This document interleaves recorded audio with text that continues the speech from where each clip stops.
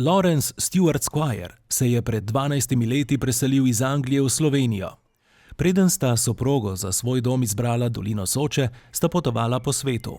Prepričala ju je tukajšnja narava, ljudje in povezanost ljudi z naravo. A tudi ta čudovita narava ni popolna. Kmalu je naletel na smeti. Veliko tečem in kolesarim okrog in vidim smeti na cesti. Sem začel poberi malo tu in tam. Če vidiš smeti 100-krat, sigurno bo tam za 100 let. In če ne bojo jest, kdo bo.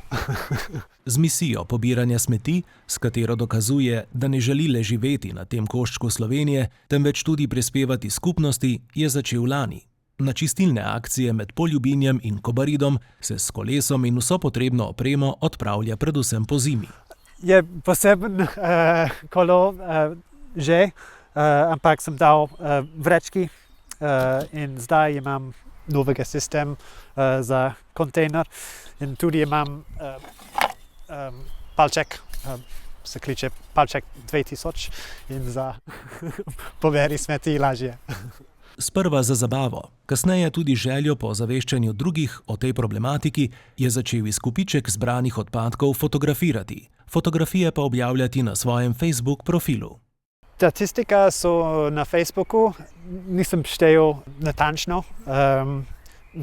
Vem, da je več kot 1000 pločevink in od 1000 sigurno 70% je laško.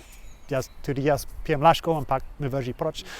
Po podatkih, ki jih beleži z aplikacijo Strava, je doslej v ta namen prekolesaril okoli 200 kilometrov. Prav po zaslugi objav na Facebooku ga mimoidoči vse pogosteje prepoznavajo in pozdravljajo, ko kolesari skozi dolino. Sem slišal od prijatelj in sosedi, da zdaj oni hodijo okrog, oni imajo en vrečko v žepu. Je začel malo pa malo kot to. Ne vem, kaj je naslednji korak.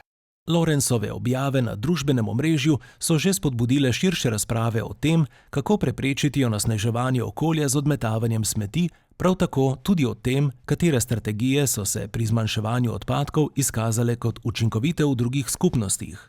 Pozdravlja čistilne akcije, ki jih organizirajo krajevne skupnosti. Lawrence Stewart Squire v zameno za ure truda, ki jih posveča čiščenju naše doline, ne zahteva ničesar.